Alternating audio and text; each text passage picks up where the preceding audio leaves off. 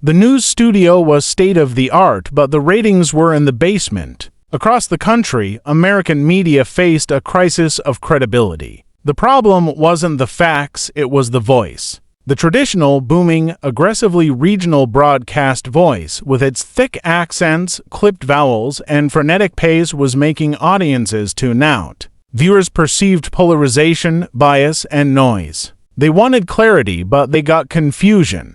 At a high-level executive meeting in New York, network chief Robert Sterling slammed his hand on the table. "I don't care about the script," he roared. "I care about the sound. Why does every voice we put on air sound like it's trying to sell me a used car or pick a fight?" Robert's data team showed him the brutal truth. Regional American accents carried massive psychological baggage, instantly alienating half the country. Southern accents were seen as uneducated by some. Northeastern accents as aggressive by others. American media needed an unaccented voice of neutrality, a vocal delivery that transcended geography and sounded inherently trustworthy. They searched everywhere: Canada, Ireland, even neutral European countries. But the solution to America's media crisis was already working on the customer service lines for America's biggest companies, 7,000 miles away. It was the Filipino voice. This is the story of how an entire industry was saved by the quiet, precise, and uniquely empathetic rhythm of Filipino English. If you're a true, full-blooded Filipino who carries the spirit of puso in your chest, show your support and subscribe to this channel right now. Join us to celebrate the global dominance of Filipino linguistic brilliance. The linguistic brilliance of the Philippines, forged by over a century of American standard education, had quietly perfected the most efficient and least biased form of English on earth. The Filipino version retained a pristine precision of grammar and a consistent, clear articulation that American native speakers, drowning in their own slang and regional dialects, had long forgotten. It was a voice that sounded like authority without the aggression, and that was exactly what American media needed to win back the ears of millions. The turning point wasn't in a newsroom, it was on the call center floor. In the early 2000s, American companies outsourced customer service, focusing solely on cost. What they got back, however, was a communication asset they hadn't paid for: the trust factor. Data revealed that American customers consistently rated Filipino agents higher for clarity and satisfaction than domestic agents. Why? Because the Filipino English delivery is built on respect and warmth, cultural carryovers like pakikipagtapos without shared identity, and reshaping, politeness. The Filipino agent speaks with a measured pace, perfectly articulating consonants and vowels, a deliberate clarity designed to be understood by everyone.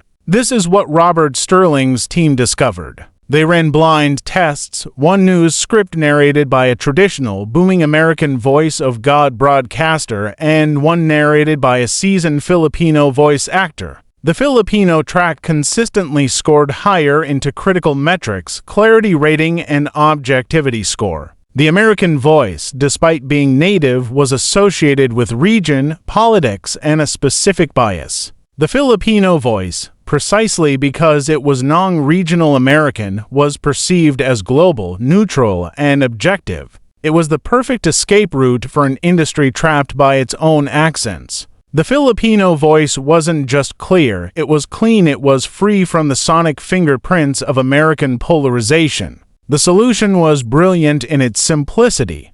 The Philippines had spent a century perfecting English to communicate with Americans. Now, Americans had to adapt to the Filipino standard to communicate effectively with themselves. The non-native sound was ironically the most universal and trusted sound. The influence rapidly spread beyond just voiceovers. American media companies began discreetly headhunting Filipino talent for roles in data visualization, narration, explainer video production, and, most critically, synthetic media and AI development. Think about the navigation app guiding you, the corporate training video you are forced to watch, or the new AI voice reading you a simplified news summary. Many of these digital voices, the voices that guide and inform billions, are secretly built on the precise phonetic model of Filipino English. Why? Because AI systems need consistency. Training an AI on the vast, chaotic spectrum of American regional dialects creates an unusable mess.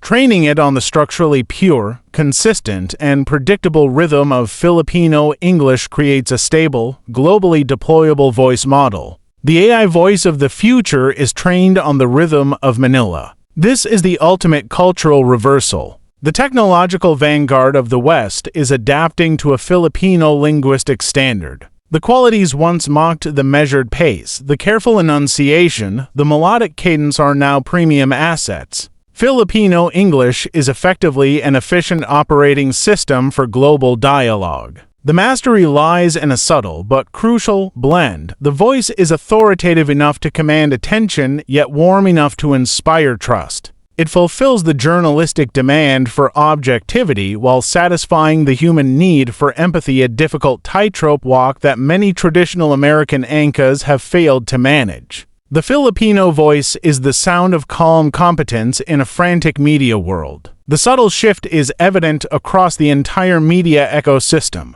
If you look closely at cable news networks, documentaries aimed at an international audience, or even high-end corporate communication videos, you will find an increasing reliance on Filipino anchors and voice actors. They bring an unbiased tonal quality that instantly elevates a story's credibility. It's no longer about cheap labor, it's about linguistic quality control. Robert Sterling, the executive from Segment 1, finally got it. He didn't hire a Filipino anchor just for the news desk. He hired a Filipino voice coach to retrain some of his domestic talent. He realized that the problem wasn't the people he was hiring, but the accent standard he was demanding. He learned that the Filipino commitment to communication is a form of intellectual martial art born from the necessity of navigating multiple languages and cultures. This continuous linguistic calibration makes them inherently better at finding the clearest path to understanding. They don't just speak English, they engineer comprehension. The victory is multi-layered. For decades, many Filipinos felt pressure to minimize their natural accent, aiming for an artificial American or British sound. The current market demand for their natural, clear tone is a massive, validating victory for cultural self-respect. It proves that the refined form of English developed in the islands is not merely acceptable.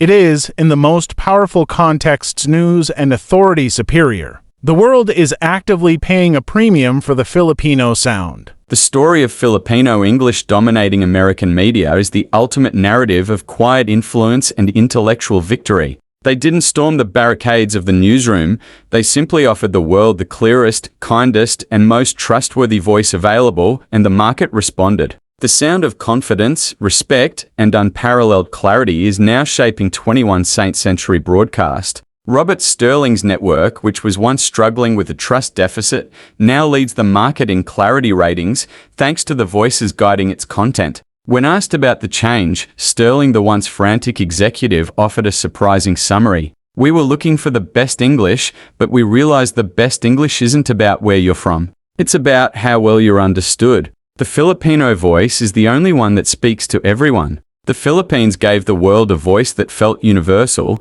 and in return, the world finally began to listen." The rhythmic, measured, and impeccably clear voice is the enduring legacy of Filipino educational rigor and cultural warmth. It is the sound of global authority and an undeniable source of national pride. They conquered the most fiercely competitive media market on earth, not with political might, but with eloquence and clarity. The sound of the future is the sound of the Philippines.